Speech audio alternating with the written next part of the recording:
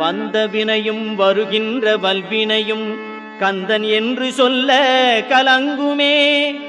செந்திநகர் சேவகா என்று திருநீரு அணிவார்க்கு